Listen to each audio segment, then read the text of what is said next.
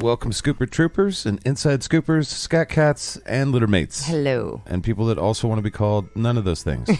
Welcome to the DIPSH T Files, Episode 4. I'm Mr. Script Keeper. And I'm Mrs. Script Keeper. And we're going to talk about one specific UFO case today. Yes. Instead of the serial killers like we have been for the last few weeks. Right. We're staying away from the killing and the serialness of it. So this time we're going to talk about the case of Fire in the Sky.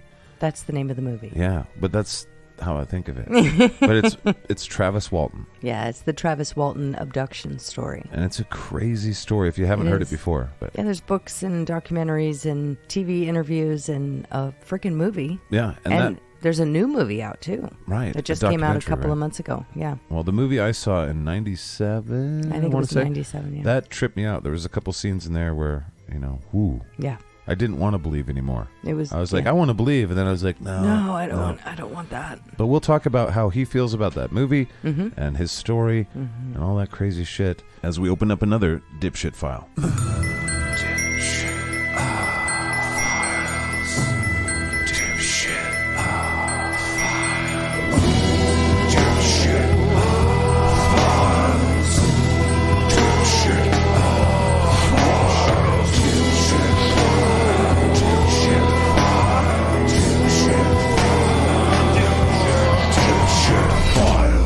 Dipshit Files. So today is the Travis Walton story, and we're going to do our dipshit meter a little different today because it's for UFOs and it's already kind of outside of the box, and we'll go over that at the end of the show.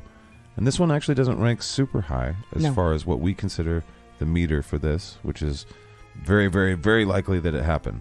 But the story is fascinating, and it's a fun one to start with. And you're going to tell us the story. I am. But before we get into the story, we thought we'd talk UFOs in general for a minute. Well, since this is our first UFO episode, I'm going to kind of go into a little bit of information and things that I found in my research while I was researching the Travis Walton story. I came across a bunch of really interesting things that I wanted to throw in here. Quick history of UFO shit. UFO sightings date back to biblical times.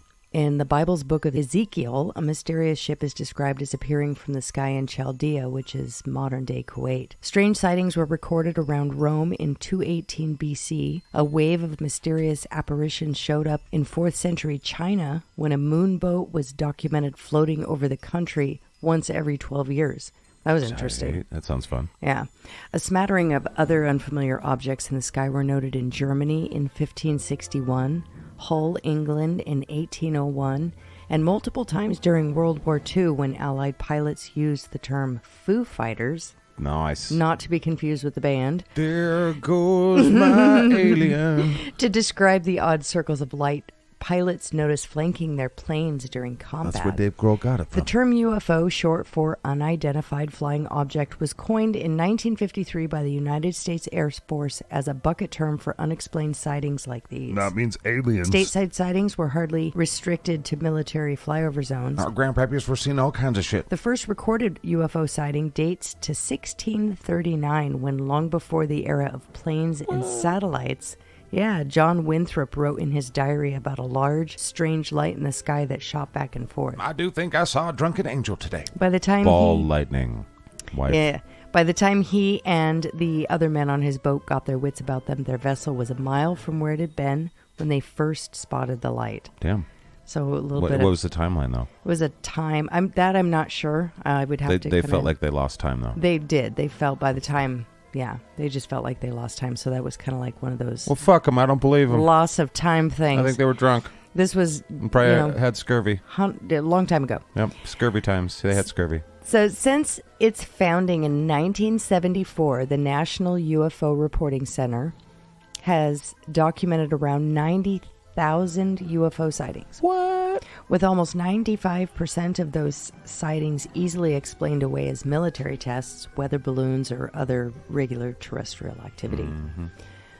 So NU Force, New Force's 24/7 hotline has a ranking of the states with the most reported UFO sightings, with a data set that includes, data set I appreciate that includes reports dating back to the 1400s. I looked at that when I was working for TimeSuck. Oh, for yeah? The Secret Suck a couple times. Yeah. I wanted to see certain states where they ranked. Yeah, it's interesting. The Northwest is always high with... it was super interesting. There's always military bases in those states, too. But there's military bases in every state. Well, there's pretty much. It's the U.S. So over the past 70 years, Arizona, which is the area that this story that we're going to be doing is located in, has been home base for thousands of reports of UFO sightings and alien abductions. While a number of incidents have made headlines, two of the most talked about events include the reported alien abduction of Travis Walton in 1975, which we're covering today, and the Phoenix Lights, an event that took place on March 13th, 1997. I love that story. It was so interesting. Yeah. I remember watching it, not live, but that day. Yeah, it was really or interesting. The day after kind of thing, yeah. Arizona's long been known for its mysterious lights in the sky. Arizona has some data to confirm it's a magnet for possible UFO events.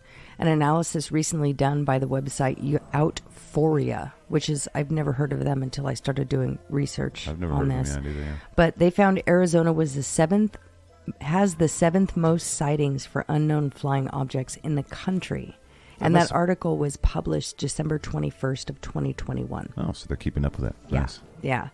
So they pulled their data from the National UFO Reporting Center and pinpointed some of the biggest hotspots for paranormal activity in the sky. And I thought this was interesting, so I wanted to throw it in. All right, let's hear it.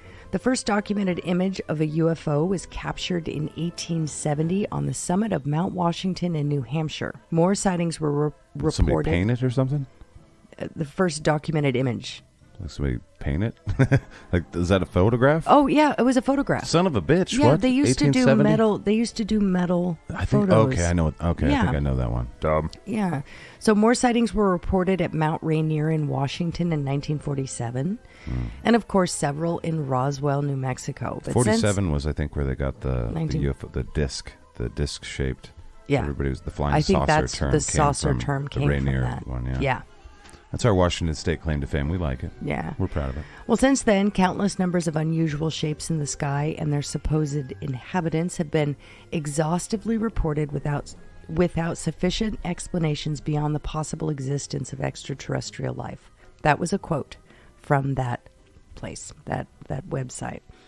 A surge in eyewitness accounts reported even more sightings along with attempts to protect against invasions and abductions. More than 40,000 Americans bought into alien protection insurance. I thought that was really interesting, which offers their customers monetary relief should a loved one get carted away by little green men. I would love to know how much that is a month. That's funny. Somebody's winning out pretty good on that. And it's not the insurance policy holder, I would think. One Roper policy in 1991 suggested around 4 million Americans believe they've been abducted by aliens. 4 million people? 4 million. Whoa. Yeah, it was a Roper poll in 91. Isn't that crazy? Yeah. One day I'll tell you guys the story that I have involved with this stuff, but I'm not going to tell that now. Please continue. So, states with the most UFO sightings. So this is the data as of December 21st of 2021. So number 1 is California with 10,333. Number Big 2, ass state. Number Big 2 ass. is Florida, 5,826, and Washington State, where we are right here, with 4,351. And we have a pretty small population compared to those other two states. So we are fucking looking to the sky and seeing shit. But this is also, Seattle's Jet City. And we've got Lockheed Martin Skunk Works is probably doing some fucking crazy shit that we don't know. I don't know.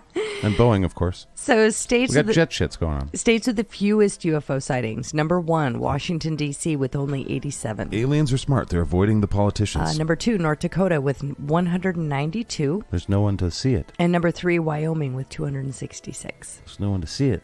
And a vast amount of space to not see it in. Yeah. So I found that bit of information interesting, and I'm going to move into Arizona now. So Arizona, by the numbers, UFO sightings in Arizona as of December 21st, 2021 is 3,188. The aliens are coming for our wisdom bags. Some of the most notable UFO sightings in Arizona include a 1953 incident when 3 Prescott residents saw 8 UFOs at Del Rio Springs Creek, and another November 5th, 1975, when 22-year-old Arizona logger Travis Walton got zapped by a beam of light from a UFO in the Apache Sitgraves National Forest near Snowflake, Arizona. Fire in the sky. Yeah. As he tells the story on the website, Travis Walton, the documents in his book, Fire in the Sky, originally he had it titled The Walton Experience. Somebody got an agent. Travis Walton was abducted from his work site in an area within the Apache Sitgraves National Forest. While many skeptics have said otherwise, Walton has stuck to his story for more than 40 years. Yeah. I have an alternative theory as to what happened, by the way, at the end of this. So we'll get to I can't wait. His story. And I think it might apply to all abduction cases that are very vivid and where you're like, maybe something happened to this guy. I have an alternative theory. He had a stroke, didn't he? No. It's not. It was a dream. It's not. He was on LSD. These guys weren't on drugs, apparently. So no, there was testing, and we'll cover that. Yeah. So the next one is the Phoenix Lights. On the night of March 13th, 1997, around 8 p.m., a V-shaped formation of lights flew over several Arizona cities. I mean, this was like multiple cities, including Phoenix. And about 2 hours later, another light event took place over Phoenix. Yeah. I've spent some time in Phoenix, and I asked people about it when I was over there a couple times.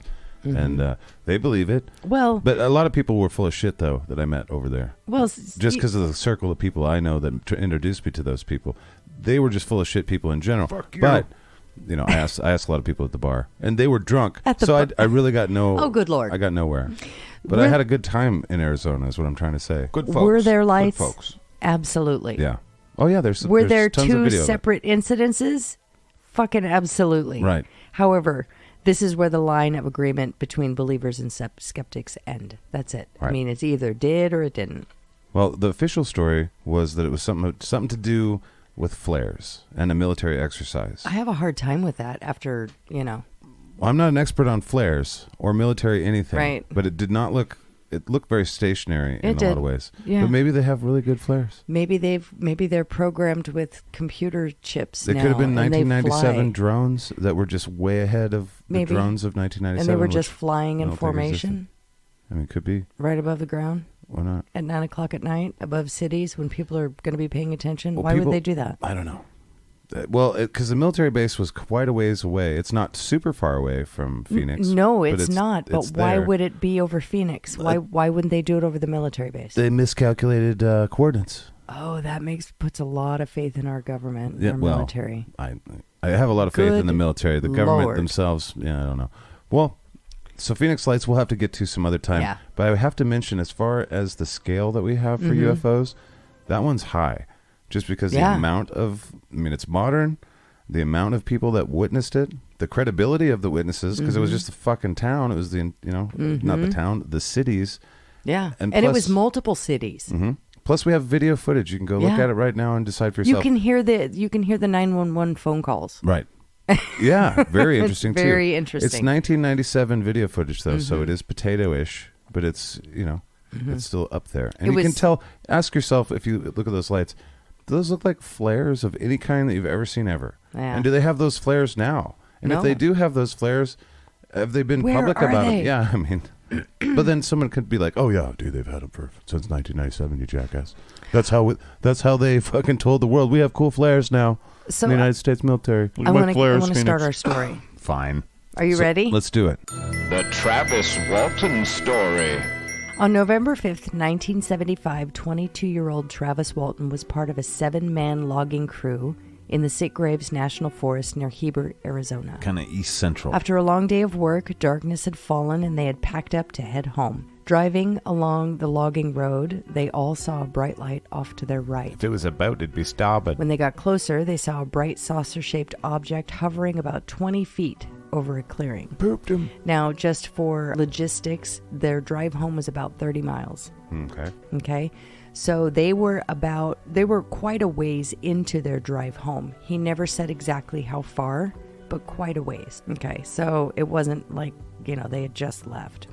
Walton didn't even wait for the truck to come to a stop before jumping out and quickly walking over to investigate. Hey, that's weird. Let's rationalize what to do. No. I'm going to sprint at it with my dick out. Sorry, go ahead. Quote, this is his quote, "I was awestruck and entranced by the beauty of the thing. I like the pretty lights. I thought it would take off, but it didn't, and I didn't appreciate the danger I was in," said Walton during an interview with 2 of his former crew members. That was interesting.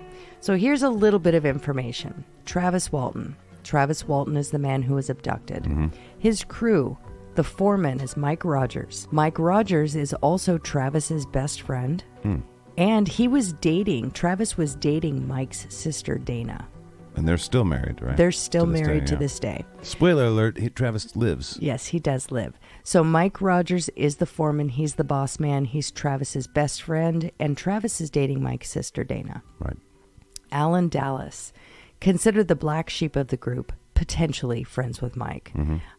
And he did have a record, criminal record. No, I don't But know. I couldn't find the criminal record information. It didn't sound like it was very serious, though. So there's Dwayne Smith is in there. Kenny Peterson was 26 years old on the crew. Steve Pierce was 17 years old, also on the crew. And Mike Goulet. Mike Goulet is Mike Rogers' brother-in-law. So it's kind of like a family and friends thing going on here. Small little crew. Yeah, little crew. Some young loggers, guys. Mainly just young going guys, sounds like. Yeah. As Walton gets closer to the glowing object, the crew started screaming at him to get back in the truck. Get back here, you dumbass. He is struck by a bright beam of light and is sent flying several feet backward as if pushed by an unseen force. Well, that's what you get, dumbass. Fearing Walton had been killed, the others fled the scene in a blind panic. And at least one of them had poop in their pants. But a quarter mile up the road, Rogers, Mike, the foreman, he stops the truck and decides to go back to the spot to retrieve Walton. And I assume possibly fight aliens. But Walton is nowhere to be found. Thank God he didn't have to fight those aliens. Making their way back to town to report the incident, the loggers stopped at the end of a dirt road To change their poopy pants. to place a call by payphone. And poopy pants. The first officer arriving on scene is Navajo County Sheriff's Deputy Chuck Ellison. Ellison notes how upset all 6 men are, and he does his best to get close enough physically while he's talking to these guys to smell marijuana or alcohol. However, he detected neither. But he did smell poopies. After talking with each of the crew members individually, Ellison calls in his superior, Sheriff Marlon Gillespie. Gillespie brings in backup. Due to the fear he sees in all the crew members, he knows they've seen something. He's just not sure if it's what they've done or if it really was that they thought they saw a UFO. Right, they were amped up about something. Yeah, they were all very animated. His main concern was finding the missing man, Travis. Gillespie decides to take Mike, the foreman, and 2 volunteers to go back to the spot, and then sends the rest of the crew back to Snowflake, letting them know they're expected to remain in town. Well, I'd like to believe in the UFOs. It's pretty obvious you killed the kid. Why don't you stick around? Mike Rogers, Alan Dallas, and Kenny Peterson led the sheriff and his deputies back to the spot of the sighting. And they're all ready to fight fucking aliens at this point. However, there's no trace of Travis. Not only that, but the sheriff made note that there were no footprints, no tire tracks, No aliens. no odors, no burns, nothing. Especially no aliens. Without the use of high-powered lights, there was no way to search for Travis in the dark, so they decided to wait until morning to form a search party. Throughout the night, the crew's friends and family are alerted to the situation. Travis's older brother Don was informed by their mother that Travis was abducted by aliens. Yeah, Travis was abducted. What do you mean, Mom? And aliens finally got him. You sure there might not be another explanation? Well, it could have been Bigfoot. Sorry about that. Go ahead. Don didn't know what to think. My family's nuts? He was kind of dumbfounded. So Angie, Mike Rogers' sister, was with Mike's wife Katie at the time of the ordeal. They were quilting or something. They started to worry when Mike hadn't got home at his usual time, and it was way past dark. I mean, if you're logging, you can't be cutting trees in the dark. Right. So Katie's younger brother was Mike Goulet, who was also on the crew, one of the crew members. And when the 2 finally did arrive back to the house, they shared the story with the ladies. Katie, Mike, and Angie's little sister, who was dating Travis at the time. Hey, Katie, weird story about Travis for you. And she is informed of the fact that her boyfriend has gone missing, presumably abducted by aliens. She was in complete shock. Abducted by an alien? Right. But she Absurd. yeah, right. But she's stated the guys were so traumatized by the incident, she couldn't help but believe them. Their trauma, and they were very serious. It's worth noting. So November 6, 1975, morning comes and the true investigation begins. So the next morning, Snowflake is a very religious community and predominantly Mormon at the time. So the story was met with a lot of skepticism. A lot of people were having a hard time believing this. Wait, there's no seer stones and a magic hat? I don't know about this. I'm just kidding. 7 years earlier, the U.S. landed a man on the moon for the first time, and just a few months earlier, in July 1975, the decades-long space race between the U.S. and the Soviet Union had come to an end. Yeah. So, the minds were on this space at this time. Right. U.S. citizens were becoming more aware of space and its mysteries. So Instead of it being a UFO with aliens in it, it was a UFO probably with Ruskies in it. It was the Ruskies. Saying Soloskis. So UFO sightings were on the rise in the mid-'70s. In 1975 in particular, it was an active year for UFOs, and researchers call this a flap, which I don't know what flap means. Fuckloads of assholic phenomenon. I'd like to know what a flap means. It's a period of high activity or sightings in an area, but it sounds like it's really funny. A UFO flap. I like to flap all the time. It's a hobby of mine. As we already touched on, Arizona is particularly active for UFO related events. Right. Here's a couple events that I wanted to make note of. June 15th, 1947. Okay. That year, 1947. Big year. There was an Roswell. event similar to Roswell that happened shortly before the crash in New Mexico. Before New Mexico. This was July of 15th, 1947. Oh, shit. It happened beforehand. 1952, Marana Air Force Base in Tucson. A silvery disc hovered above the base, and when they scrambled jets to get to it, it disappeared right before their eyes. And that's coming from military sources and stuff? That's a very interesting little. Well, it's military sources, but it was unofficially announced because they're military people, but they work there and they talk to their families about it. Ooh. Right. So the American Southwest is home to many military installations. Many have asked why there's so many sightings in that area. Taxpayer dollars. It is thought that if there were extraterrestrial species coming to check us out, that's where they would begin. Also, all the cool planes that we can't, explain. I Right. mean, it really was a lot of the stealth bombers and, the SR-71 Blackbird and stuff. A lot of the sightings, they're like, it's way too high to be a plane. It's like, yeah, it's a spy plane. It's like, yeah, it's a big triangle thing. You're not even supposed to hear it, really, but you heard it. You fucking... Yeah, well, they got to work on that. Yeah. So when the sun rose over Snowflake, Arizona, a massive manhunt for Travis began. Helicopters, canines, large search parties covering large swaths of the area in which he disappeared. Travis's older brother, Don, who was a Forest Service employee, was also part of the search party. Okay, I need to make a side note here. This town was small. The population at the time was just over 5,600 people. So it's fairly small. Yeah. There's that many people currently in a Walmart in Phoenix. So there were between 150 to 200 people searching for Travis at the time. The longer they took, however, the more suspicious they all became. Law enforcement was becoming more confident that something untoward had happened within the crew that day, and there was an altercation and that Travis was killed. Something very terrestrial happened. Yes. Yeah. The Walton family was beginning to question Mike, expecting more answers than he was giving or had to give. The crew members were brought along on the search as well, accompanied by deputies who continually pressed them to give up the body. Just let us know where he is so we can get this over with. It was at this time the crew of men realized that they're suspected of murder. Oh, shit, guys. Let the stress begin. Oh, you don't believe aliens came trillions of light years to abduct our friend? We surely don't. I thought for sure you would believe us. At this time, regional headquarters in Albuquerque had sent out an investigator at the request of the sheriff's office. Send in a nerd. And he brought a Geiger counter. Hey, I brought nerd things. Don Walton, which was Travis's older brother, was with the group that included this investigator, and he claims to have seen the Geiger counter spike at the alleged abduction site, indicating an extremely high radiation level. So this is a person saying that they saw it. This is the big brother Right, of but there's Travis. no documents. No, and he even stated in an interview that I listened to he even stated he's the only person alive today that got to see that. Everyone else has passed.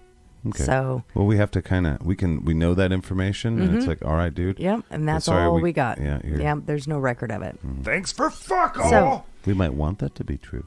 November 7th, 1975. This is day 2 of Travis missing. The media descends upon Snowflake, Arizona, this tiny little town. The story has made it all the way around the world. Fame. The media wasn't the only group to rush to Snowflake, however. Will Smith came. Mysterious out-of-towners, quote-unquote, also arrived. Here come the men in black. In an Galaxies defenders. In an interview, Mike Rogers states you can always tell a government vehicle. Keep my wife's name out of your mouth. Out of your The mouth. color was always, he says the color of the government vehicles was always bland, and the rims were the same color as the car. Here come the G-men. The government officials would always be dressed in suits and always be wearing sunglasses. To hide their deep lust to kill you for their government. Sorry about that. These were the out-of-towners that showed up. It was suspected by the town members that the government was showing an interest in this event. They wanted to see if they could tax it somehow. November 8th, 1975. They're coming to Save us with their powers of taxation. Day 3 of Travis missing. I apologize. The crew is now beginning to feel the crushing suspicion of law enforcement and the entire town's population. Even though they hadn't found a body, the sheriff's office is investigating the case as a homicide. The police have set their suspicions on Alan Dallas. Evident. That's crazy. They're like, they picked him out. They're like, this guy for sure probably did it. Well, yeah, and there's a reason why. I'm sure I think it was a very thin reason, but it was a reason. So evidently, Travis and Alan had gotten into a fight in the past. So I also couldn't really find out what that fight was about, but they had gotten into a fight. And Alan was known to be kind of a scrappy guy, kind of a short temper, kind of a loose cannon. And Alan wasn't very friendly with Mike and Travis anyways. So that was kind of interesting. The police began to question the remaining crew members under the assumption that Travis was dead. Law enforcement requested that all crew members submit to a polygraph examination. And of course, Mike Rogers, he's the foreman and kind of like the decision maker anyways, he jumped at the chance to clear everyone's names and he said, fuck yeah, let's do it. So November 10th, 1975, this is day 5. Travis has been missing for 5 days. The crew heads to the Navajo County Courthouse to take their polygraph tests. Now with fresh poop in their pants. The crew is scared as the pressure mounts. They realize that the jail and the courthouse are in the same building. And when I'm listening to these interviews, they really are taking that into consideration. You know, they're like, oh, fuck. All the crew members assumed that they would not be leaving the courthouse that day. Nice. Oh, yeah, I bet. They assumed that they would somehow fail this test and would be arrested. So they were all very uncomfortable. And their fears were well-founded because they find later in life that those kind of tests are pretty pseudoscience-y. So the testing... But still used all the time. I know that. The testing took all day long and went into the evening. The polygraph test took about 2 hours for each man, and there were 6 guys. They were asked a series of questions 3 times each. So they went through the same question pattern 3 times in a row. Okay. Just to be sure. And they were just kind of judging their answers and however the polygraph works. Or doesn't work. The first questions were about the alleged whereabouts of Travis and what is expected to have happened that day. And the last question is about their UFO experience. Did the aliens probe y'all's buttholes? I'm fucking sorry. All 6 men passed the polygraph test except for Alan Dallas. He's got the temper, though. Well, it was deemed inconclusive. But he passed the first 3 run-throughs. Mm-hmm. He passed the first 2. But on the 3rd pass, he became disconnected from the machine, triggering an inconclusive score. So because one was triggered inconclusive, they all had to be considered inconclusive, which I found kind of interesting. Anyway, so the entire town is stunned to hear the news of the crew's test results because they thought that they were just full of shit and lying for whatever reason. So Walton was missing for 5 days and 6 hours. On the 5th day, Travis's brother-in-law received a late-night phone call, 10 p.m.-ish, from someone claiming to be Walton. The family members jump in the truck and head out to pick him up. Dude, come pick me up. You are not going to believe the fucking weekend I had. No way. And please bring snacks. He is found in a phone booth at a Heber gas station, alive, dehydrated, and incoherent. Travis's words about what led up to the phone call. So this is a direct quote from him. I found myself lying on the roadway. I looked up and saw the craft hovering above me for just a second. The craft shot straight up in a split second and disappeared. That's the last I'd seen of it. Wandering down the road for what felt like hours, Travis finally sees light that he recognizes as the town of Heber. He rushed into the town and found a payphone. On his way back home, he struggled with the reality of his experience. He's in the truck with his family. They came in and retrieved him. Right. The biggest shock for him was to discover the brief amount of time for his absence was actually 5 days, and his crew is now suspected of murder. The operator who dispatched the phone call from the payphone to Travis's sister's house listened in on the phone call. Now, this is in the 70s. This is when we still had operators who actually sat at a board with these plugs and would connect phone calls. So they could listen to... They were standing by. Yeah, well, Yeah. they were listening to all kinds of stuff. Right, yeah, they sure were. She recognized the name of the collect caller. He called collect because evidently they also picked his pockets because he didn't have any money in his pockets. As an alien would. They're like, let's collect, we collect change. And so she listened We have a high in. overhead. She listened in, and she knew this was going to be big news because she recognized the guy's name. So she immediately called the sheriff's office and told them what had happened. However, Travis's family made kind of a blunder when they decided not to inform the sheriff's office right away that Travis had been found. They thought he was too emotionally traumatized to talk to the police at that time. I should probably let somebody know to call off the helicopters. His story was way too over the top and fantastical, so they kind of wanted, for whatever reason, they wanted to not tell the police, even though they've been searching for 5 days. It makes you think they're coaching him, or I don't know. I trying don't to tell him know. what his story is. Well, the it's body. irresponsible, Yeah, it in is. my opinion, to not let the police department know that the person they've been searching for 5 days has been found. Right. That should be the first phone call you Well, make. the whole community's looking for them at this point. Yeah. That's what's called a dick move, bro. So Travis is found. The police closed their suspected murder case, but the media isn't done yet. Are they ever done? For the first few days after Travis's return, Dwayne acts as a mediator for Travis in all communications, especially the media. So Dwayne is Travis's little brother. There's another brother that's involved. Before long, the news makes it around the world. Dwayne is determined to protect Travis, who's in an extremely fragile emotional state at this time. So he's doing all the communication stuff, and he reaches out to the Aerial Phenomena Research Organization, or APRO, a Tucson-based UFO investigative group. APRO is determined to maintain a scientific approach to their research, so they have always brought in medical doctors and other scientists that were respected in their fields and consulted with them whenever they investigated a case. Good. So it's kind of interesting. And they actually have documents online. You can look through their investigative documents. APRO agrees to have Travis examined by doctors. Dwayne sneaks Travis out of Snowflake in the middle of the night. APRO arranged Travis to stay in a hotel in Phoenix under an assumed name because they're trying to keep this under wraps. Everything is moving forward in secret. They want no intrusion or information leaks. They're trying to keep this as scientific as possible, really. We'll be the judge of that. I mean, scientists, not me and you, but scientists. They want the quiet of anonymity, so... It's also kind of like I know, but for I know. this family that's not that way. Right. So that's a little. There's red flags going up though. I here know. and there. I know. So they asked Travis to recount his experience of November 5th, starting when he got out of the truck. Travis Walton's experience. He talks about the sounds and the rumble in the air.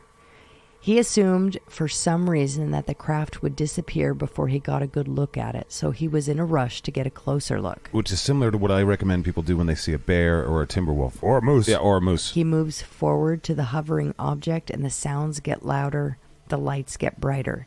The way he described it was interesting. The ground and air was vibrating like a heartbeat.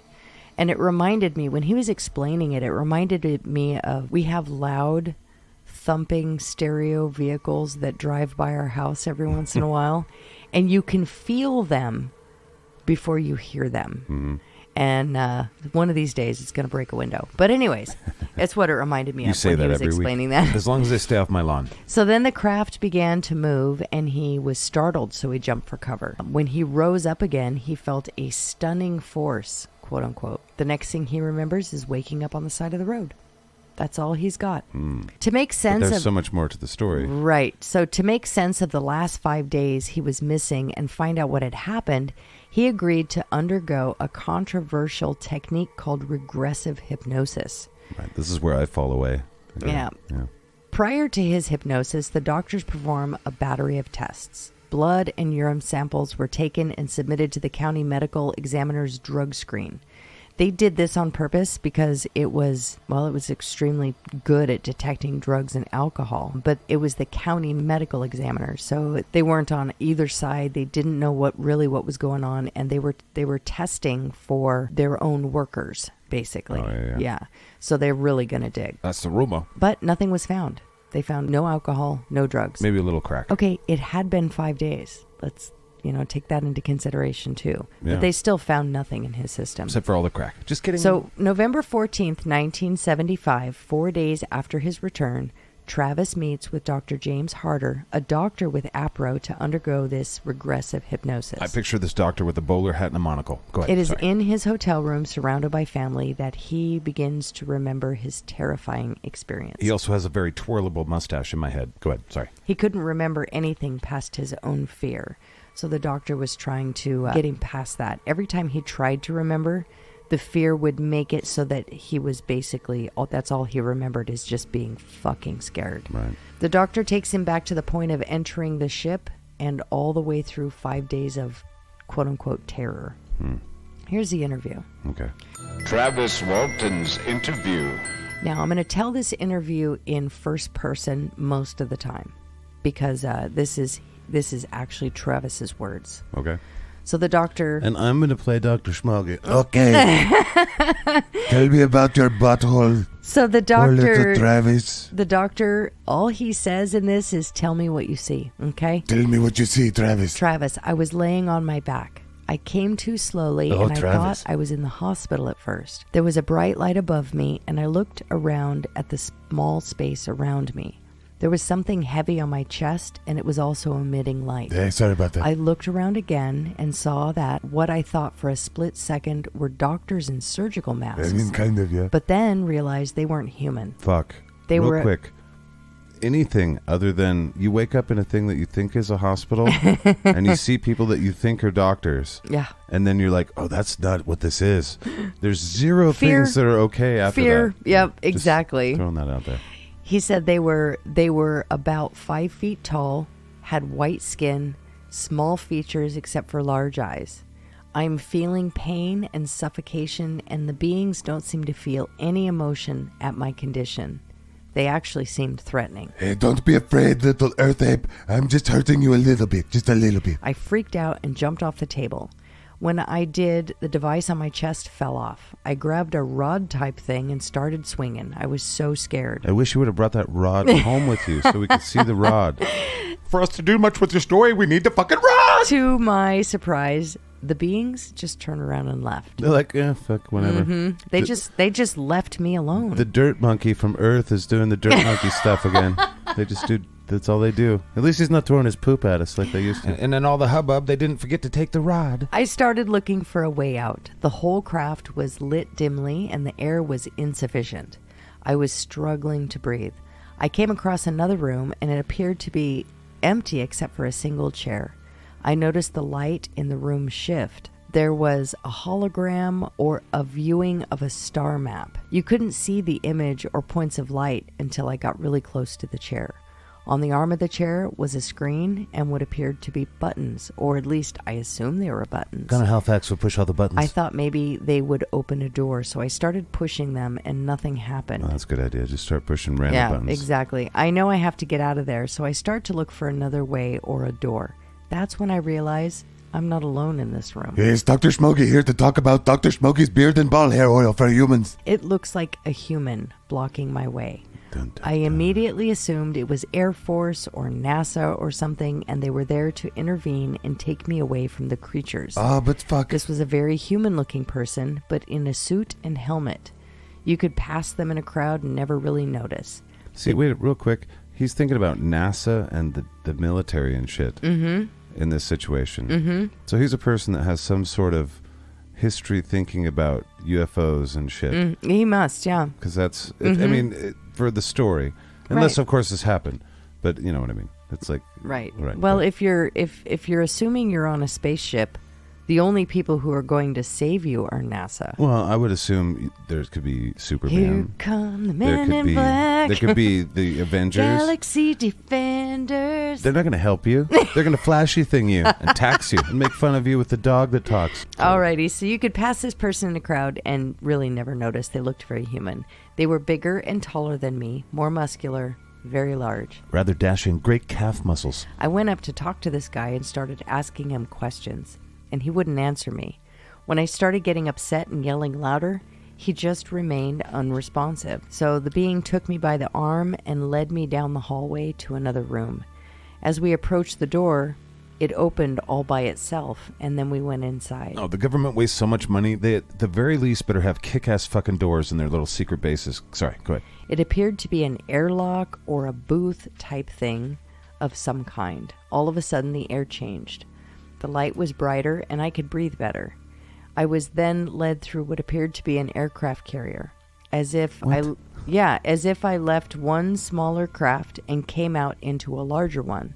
We crossed the large space and entered another hallway, and he led me to a room with other beings that looked like him. Hey, surprise. These two beings were not wearing helmets. This is my face, Cloaca. And I got a good look at their faces. I'm sexy. Tall, human-like features and Scandinavian in appearance. They looked kind of Nordic. So humans, space honkians. Yep. I then noticed the exam table in the center of the room. Nightmares. The being was pushing me towards the table. Nope. And I'm getting more and more alarmed because they aren't answering my questions and they are forcing me to move forward. Nope. I begin to fight with all my might. It'll be fine. I thought I was pretty strong back then, but even though I was using every bit of my strength, they overpowered me very easily. They got me down on the table. They put what seemed to be an oxygen mask on my face. And that's the last thing I remember. This happens I to blacked Angus. out. This happens to Angus every weekend. Let's hear something new, man. I blacked out. My next memory was me waking up outside, cold with no air, pants on. Cold air coming into my clothes. Because there's no pants on them. All right, good. Sorry.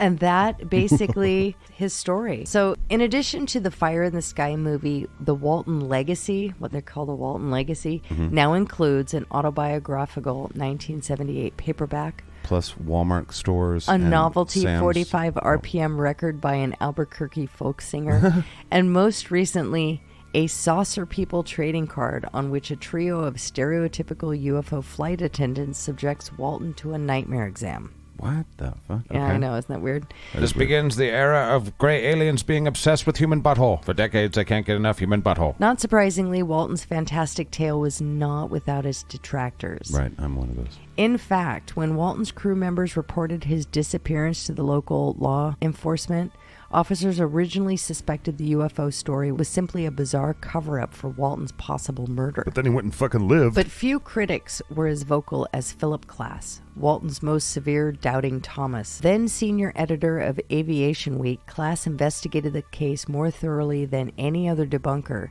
discrediting the alleged abduction at length in his 1983 book, UFOs, The Public Deceived. I bet that book doesn't have enough Illuminati New World Order. Among Klass's more interesting revelations was the fact that some members of Walton's family were reportedly obsessed with UFOs. Oh. Yeah, and had frequently talked about being abducted prior to Travis's experience. Oh. Dun, dun, dun. Big time. In fact, Travis would later admit to watching a made-for-TV movie about another UFO kidnapping less than 3 weeks before he himself disappeared. Weird. So as bizarre as the case was, Philip Klass even provided a possible motive for this story. This is that story that... Yeah. According to the investigator, Walton's 27-year-old boss, Mike Rogers, was seriously behind schedule on his logging contract and may have hoped to use the UFO hoopla as a loophole to get out of his obligation.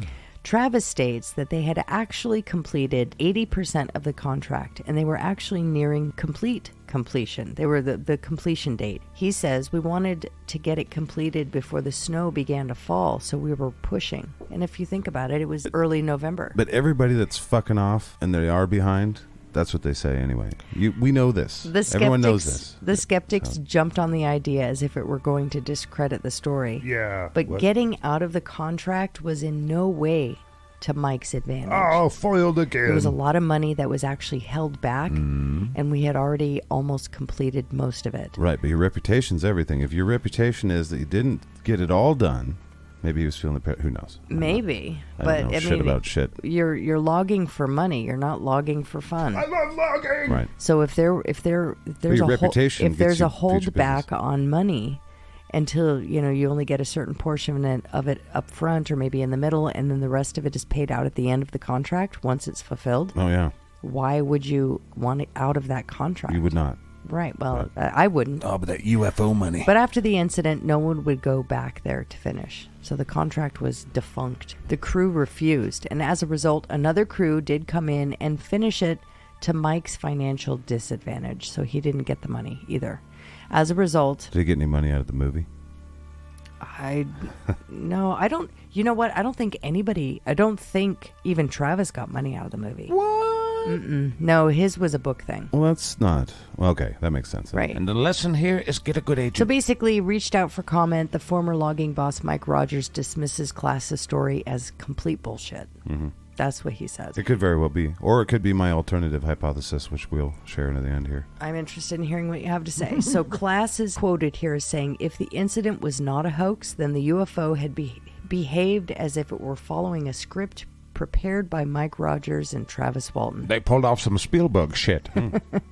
There seems to be too long a string of remarkable coincidences for a UFO abduction to be true. Oh, but my book deal. The National Enquirer apparently disagreed. Oh, well, shit. The tabloid, which not so coincidentally had funded the series of polygraphs tests that proved the logger's story, Right, so that's already suspect as fuck. subsequently deemed Walton's experience the most authentic UFO story of the year and rewarded him a $5,000 prize for his astounding yarn. You do not want them to be the ones that champion your truthiness. And winning this year's Pulitzer Prize for truthiness for their groundbreaking work on Bat Boy. It's the National Enquirer. Although some residents of Snowflake and surrounding towns had a hard time swallowing Walton's story 17 years ago, today many of those skeptics are having a harder time believing anyone, let alone Hollywood, is still interested in Snowflake's dubious claim to fame.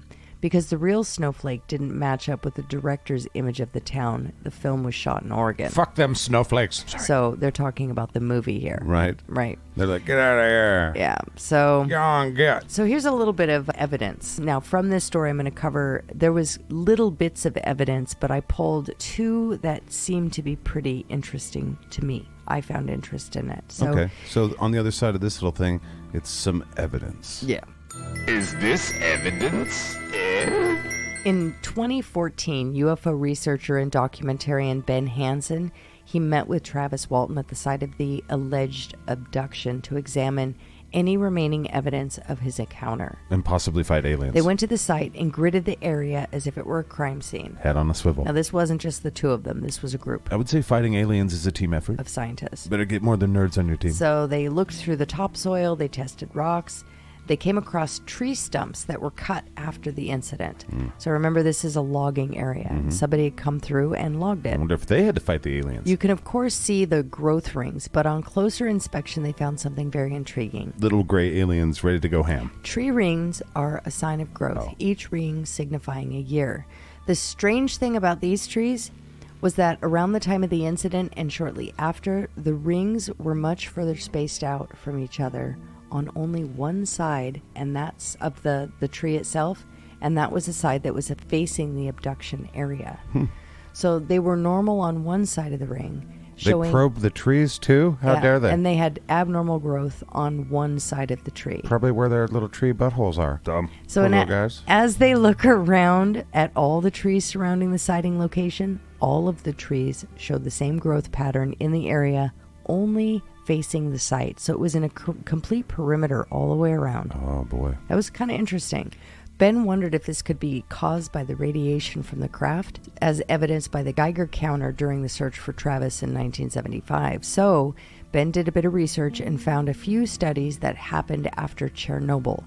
The study found that the trees in Chernobyl grew at an exponentially high rate after the radiation incident. I didn't know that. They then took soil samples and submitted them to an independent lab in Ohio to be tested against a control group. Well, that sounds sciencey. Now, the control group were taken from... Normal dirt. Yeah, but it was outside of the site, so it wasn't that far. Okay. So it was the same dirt. It was just outside of the actual site itself. Science. The findings seemed to blow everyone away. Because they still ended up having to fight the aliens somehow, right? There was a higher concentration of iron and other ferrous materials compared to the soil samples, which were the control samples. So what you're saying is my hope that someone is going to fight the aliens is unfounded and not going to happen. So here's the thing. Fight. They found the same chemical makeup in soils from around the world. No fight. Taken at other UFO encounters.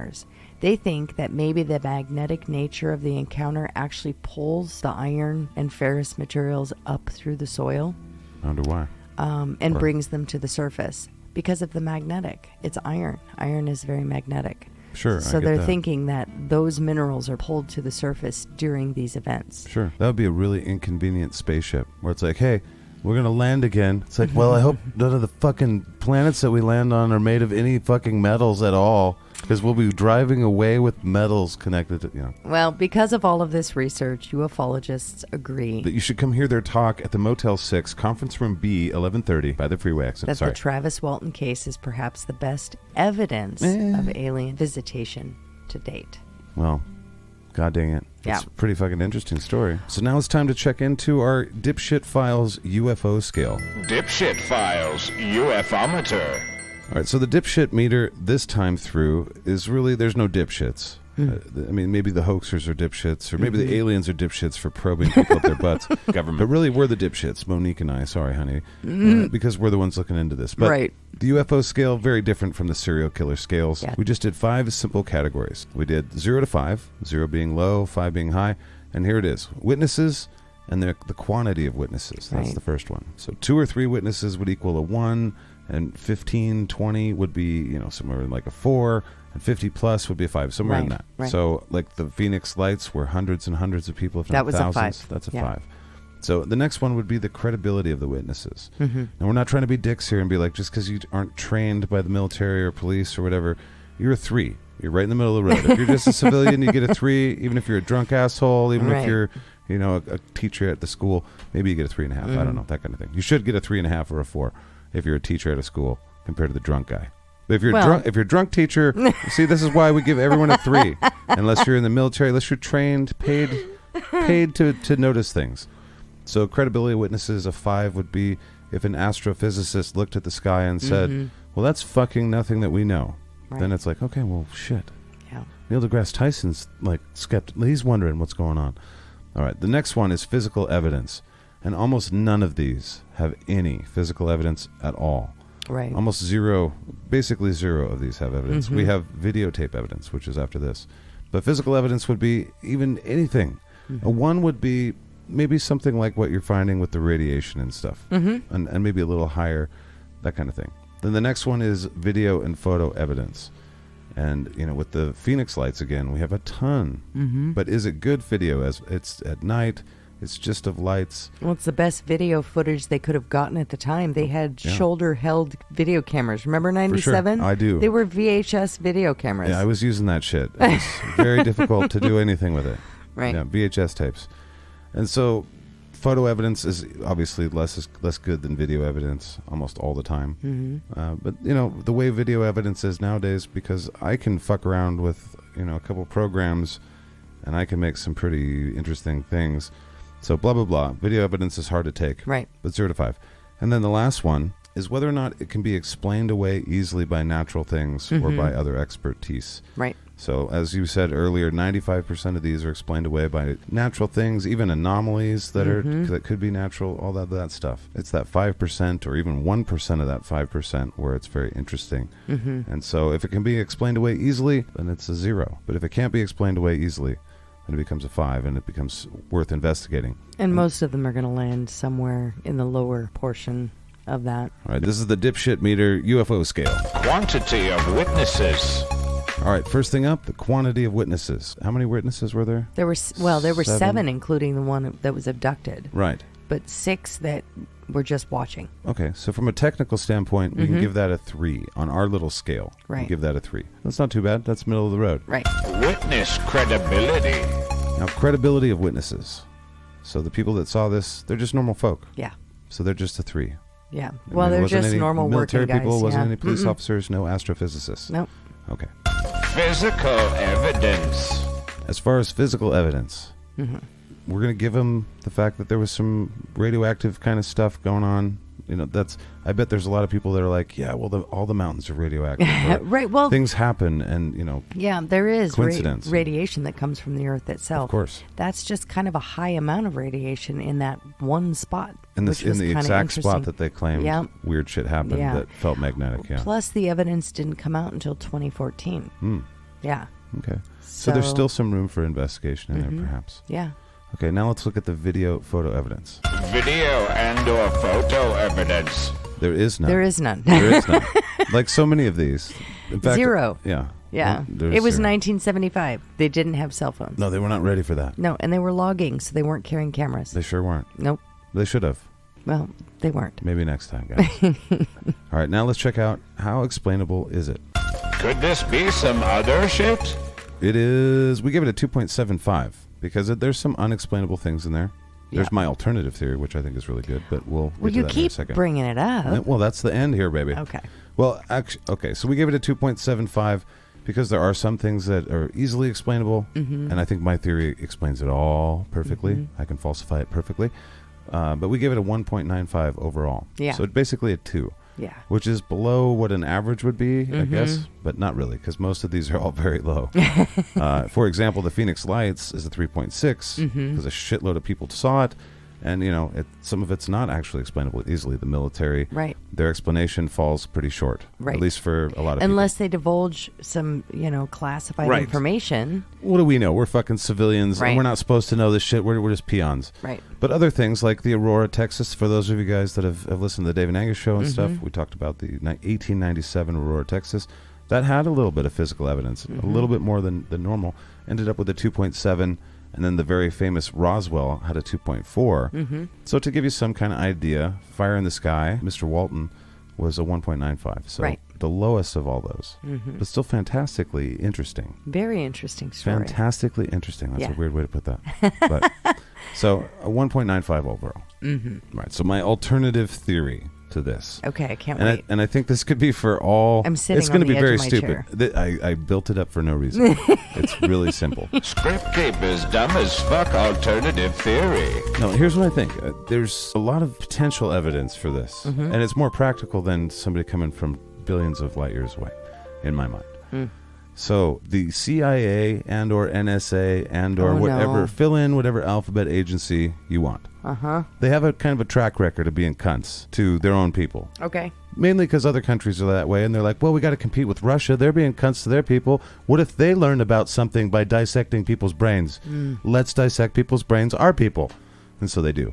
Okay. Now, they've done perhaps, if you get into MK Ultra and all that stuff, and you know how most of that is a lot of hibbity-jibbity, but there's a lot of interesting stuff there too. Proceed with the dumb. They're willing to do some shit. Are you talking about the brown note? Nice. No, I'm not talking about the brown note. Although that could fit into my conspiracy later in the overall conspiracy. But no, I just look at it like this. So people are seeing a light in the sky. Right. Okay, light in the sky can be simulated pretty easily. Now, I don't know what the noises were they heard, and I don't know all of the different noises the different helicopters make, or a fucking Harrier jet. I don't know any of these things. Or what they may have had, 10 miles down the road at the military base that they had. But let's say they had just a normal helicopter. Now, if you're out in the fucking woods, and it's dark, and they have a spotlight or two, especially something military grade, which means it breaks all the time, but military grade as far as bright as fuck as well, that might trip you out a little bit. You might be a little discombobulated. Okay. Now, let's say they have some way to you either pass out, shit your pants like a normal person would, like, a normal person would, or, they dart you or some shit. They knock you out, right? They just jump out of the plane. 3 darts is too much. Exactly. Or they pull a Marlon Perkins and the Marlboro Man from the fucking Mutual of Omaha. Fucking days, and they just jump out of the helicopter and tackle a moose. Yeah. But they do it to a person, and then they sedate them. Right. But somehow they sedate the person. Okay. Okay. And in the case of what these people witnessed, They saw him fall back, right? He got hit by the bomb. Like 15, they're saying, one person said 15 feet, another person said 20 feet. So I'm saying He beanbag was rounds. hit and then flew. Beanbag rounds. Are you... From a chopper, bro. 60 cal. But it didn't go through his chest cavity. No, it was fine. It was It water threw balloon him bags. 15 feet. But it didn't... 15 feet. Fucking A, bro. Through the air. That's good stuff. But it didn't kill him. Sure. Sounds good to me. Totally legit. You're screwing up my story here. So what happens is they get the guy. He wakes up in a room. Okay. That room can... I mean, After have you he's seen been darted. darted and or beanbag tagged. and or Marlon Perkins. And he's got a tag in his ear now. Right. Yeah, Okay. he's tagged. He's got a number tattooed on his butt. It's very... Inside his lip. Yep, they're usually pretty good about that stuff. It's for science. And it's probably not silent. There's probably some Bjork playing or something. But you can wake up in any room, and it can be any way they want you to wake up. If they want you to wake up in the fucking Double Dare slime room for the challenge, the physical challenge, and you're like, holy shit, I'm covered in slime, they will do that. And you'll be like, well, this is an odd way to wake up. I've not woken up in slime before. And so you're like, wow, this is different than normal. And everything that happens from that point on is under the control of, like, I'm freaked out. I think I've been drugged. Possibly Marlon Perkins. And I don't know what to do. You've been MP'd. And so if somebody's wearing a fucking mask and they walk up and they're like, hey, I'm a fucking gray alien. You're like, okay. I woke up in slime and was... yeah. No, I get what you're helicopter. saying. My question is, why this man who's a logger, he's 22 years Why not? old. They got to pick somebody. If you're going to have a military base and they're going to do things... If they're gonna have to pick They're just somebody. going to randomly choose someone. Well, why not some loggers? I mean, the government says, hey, these people don't have any power. Let's fuck with them. And then they fuck with them. I've been fucked with. Goddamn right, and how? Vote for me. I'm thinking that they find people that don't have any power. Right. And they target those people. Okay, I because get it. I get it. That's easy. So you send a helicopter, you sedate somebody, you put them in a room, you fuck with them and pretend that they're in an alien experience. And you're just giving them drugs the whole time. And for whatever reason... Because the MK Ultra shit, I mean, they were testing, you look at men that stare at goats and all these different theories and all the different books that are out there about people that claim to be from military secret dark projects and all this stuff. They spend a lot of dumb money on a lot of dumb things. Right. So would they want to just know what happens to a person's mind through, a process of simulating an alien abduction to see what it's like to fuck with somebody and see what the public does and see... how well their secrets are as a military base right next door. I don't know. It just seems... So that's my theory. It's not terribly stupid, but it's pretty stupid. It's not terribly stupid, but I think it is elaborate. It's going a little far. Plus... But I could do it if I had a would helicopter and some sedation materials. I would like to throw out there... Dark gun. We're just talking about Travis Walton's experience. Right. With your theory. But this could be any... Oh, that's great. How do you explain the story from the 6 other men? All they saw was a light in the sky. No, they saw a craft. Right, but then, you could put some... And they saw their some cardboard, buddy. They're the one... spackle. Okay, how did they get him to stick to their story? The one thing that the men in black can do better than anything is threaten people. And be like, here's what you're going to say, motherfucker. So or do you I'm think... fucking kick your ass. So do you think that's what the CIA does that best. theory is pretty credible then?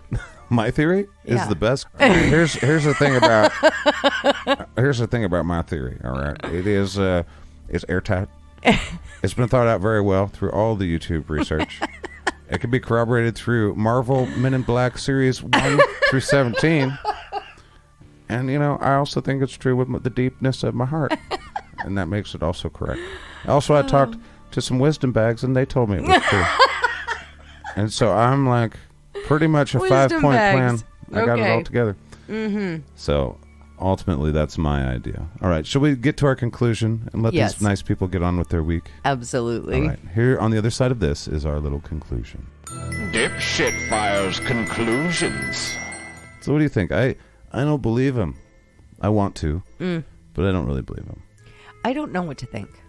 There's a lot of interesting shit. It's by far one of the more interesting ones. It is. I don't want to just dismiss things just to be a skeptic cunt that everyone hates and that no one likes and everybody wants to push into the fucking street every time they see me because I don't... Sorry. I didn't mean to yell. That's okay. I find as I give this some thought, I find myself in the yeah but area in my brain. Okay. Where I'll come up with a solution or a scenario, and my brain says, yeah, but what about this? How does this fit in? Take this into consideration. And I find myself kind of thinking in circles about this. There's a lot of stuff that I'm skeptical about. There's a lot of things that throw doubt in there. But then there are other things that's like, well, how do you keep a story straight between 6 people that Very are being interrogated for fucking murder that they didn't commit? That is probably pretty rare, huh? You know what I mean? I wouldn't know. How do you keep that straight? Keep thinking about that book deal money. And how do you keep it straight, this individual? I mean, Well, they knew they Travis- didn't murder him. So, I mean, there's that. It's Yeah. like, at the very least, they're like, well, we didn't kill the guy. We Yeah, are but fucking with people. why wouldn't they come out and just say, okay, sorry, we lied about the UFO. We don't want to be convicted of murder. We Right. just don't want to have to finish our contract. Or It could be- Travis got drunk and we didn't want him to get fired. Or we're all high on drugs. That's way better than a murder conviction. Right. But one of them might have been smart enough, or 2 of them, or all of them might have been smart enough, or convinced each other to be smart enough to know that, okay, guys, if we do this hoax, they're going to think for 5 days. You're going to have to endure 5 days of fucking... Why would they do that? For money. Fame. For money. Nobody got paid. I know, but Travis- not every Travis plan got is $5 successful. grand. A lot of There was businesses no- start with the hopes and dreams, baby. There was no money to begin with. Fame. Right. It's not like they're like, okay, we're going to go after this contest. We're going to, there's... Yeah, but, well, That's betting. It's $5,000 betting on nothing. in 1975 was a pretty nice little chunk. And you're right. And that's just the one that they talked about. Because there's book deals. Guaranteed got paid magabuco for the book deal. There was probably shopping for that fucking thing. There's got to be some residuals for the movie. And if not, fucking A, who's the agent that needs their nuts kicked in right there? But there's got to be some money. That's what almost all skeptics are at first looking at what sort of gain? They're going from 0 to whatever. So it's 0 fame to some fame. So that's enough for a lot of people. Look at the internet, for fuck's sake. I'll eat this bag of fucking poop for the internet on fire. Yeah, I got 1 million subscribers. You're on fire and you have poop in your mouth. Yeah, well, I did it. Well, it's like the alien thing is more respectable than poop in your mouth on fire. Travis. Come on. Nothing. Shit. Poop on the mouth on... okay. Travis was the... He's not poopy mouth on fire? Come on. Travis was reluctant about all of this. That's one of the things that was maintained throughout all the interviews and stuff. Okay. He wasn't interested in the fame. He really wasn't. Okay. He was shy. He was reserved. It does seem like that in all the He interviews was and stuff. nervous. He didn't want to have to explain himself. He hid from the media. To this day, he lives in the same fucking house that he lived in 40 plus years ago. I don't know what that So says about a person. It's a tiny little house. He's married to the same woman. That's cool. That tells you a bit about both of them. And, they obviously love each other. Yeah. So it's just kind of interesting to me. He's reluctant to talk to the media. He has done stuff because his family's reputation was destroyed by this. I bet. So he's gone out. Sorry for the dick jokes. He was hated. The whole family was hated by the town. They Right. thought they were... What was the ratio? It was like 1 in 5 would actually talk to them. So what you're saying is he did it for money. I was right. Okay. I'm not trying to say that I believe him. Why no, you're not? These are those things that I'm just saying that it's, you got to take this stuff into consideration. His personality, his character profile is the person who avoids this kind of shit. Right. So Well, I don't it's know the why white- he would be the one. It's Why the not white Mike? guy. It's the white guy alien thing. Why not Mike Rogers, who was the foreman, who was the leader? How come, if this is a game that they were playing, how come he's not the one? Well, he needed to run point in the So town. he decided to lie instead. Yeah, What about Alan Dulles, the guy who already had a criminal record? Why wouldn't he be the one that disappears? Nobody would really give a shit about him. You know what I mean? Sure. I care about you, buddy. I'm saying that this individual was already fighting with people. He Yeah. was the black sheep. He wasn't close-knit with everyone. He was kind of an angry man anyways. But if he was part of the plot, he would be the last guy because it's like he's the new guy. He's the least. I mean, they got to have some family blood, And the guy, Mike's the foreman. He's like, he's got to go to the cops. He's got to run the other 5 and be like, okay, listen, guys. Here's so what what we gotta about the say. 17-year-old kid? That kid was probably his idea. Have you met a 17-year-old kid? They're on the internet like, I found this great way to fucking So he's troll. not the one We're that's gonna going do to this. We're gonna disappear then. Hack subreddit channel. I don't know. I mean, they picked him probably maybe because they sat around the campfire and they're like, all right, everybody is going to tell a ghost story. And whoever scares us the most is the best actor and gets to be the guy that gets to disappear for 5 days and be in a hotel in the town over and come back wearing Nickelodeon slime. Because they were psychic and they could tell that this APRO company would actually participate and do this stuff. Well, they don't know about that. Okay, so There's things that they can how do deal they know with about as the it hotel happens. then? No, I'm saying that they put for 5 days he had to go somewhere and he wasn't camping probably. well, it's a town of 5,000 people. Right. There's probably towns outside of that town, and How is he going to get there? Is he going to fucking walk? Because there was another accomplice. It's the girlfriend. Oh, so there's like It's- 8 now. There's the why not? It's far more plausible than a spaceship coming from fucking. Well, we don't have any idea what the UFO had inside it because the UFO just means unidentified flying object. It could be aliens. It could be military guys. It could be a little kid who had a cool science set and his dad wasn't paying attention and he gave him some uranium and he's flying around in a spaceship. I don't know. These are all possible options, but all of the terrestrial ones are most likely. I mean, they are. People hoaxing shit happens all the time. Obviously, my idea is probably not the way to happen. I don't know. I'm on the fence. There's a lot here that I can't wrap my mind around and I can't get behind. But there's also stuff here that's like, well, that's interesting. What's the best piece of evidence, would you say? I don't know. In 2014, the trees. Okay. That really was. What causes, if you've got a ring of trees and basically it's a circumference, it's a round circle, it's a radius, and you've got trees growing around that radius, and they all follow the same growth pattern on the same side that faces the center of that radius. Illuminati New World Order scum? What the fuck? It could be the scum.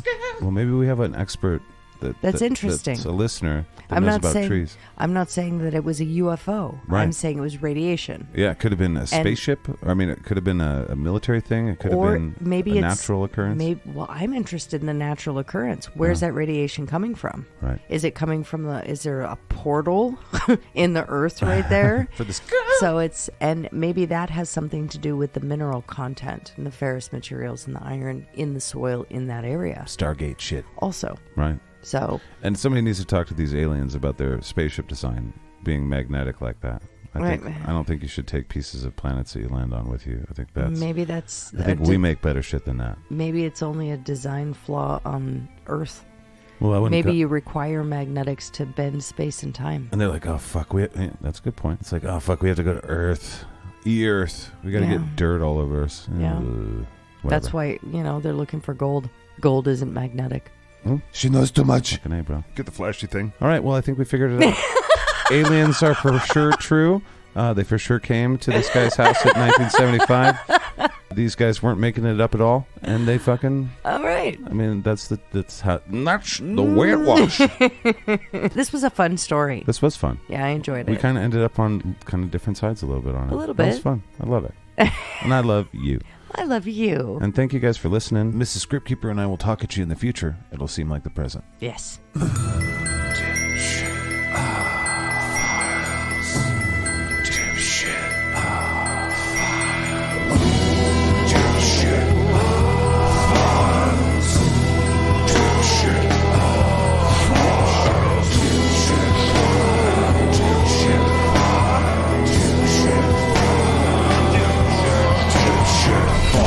It's the Dipshit Files. Bing bong bing.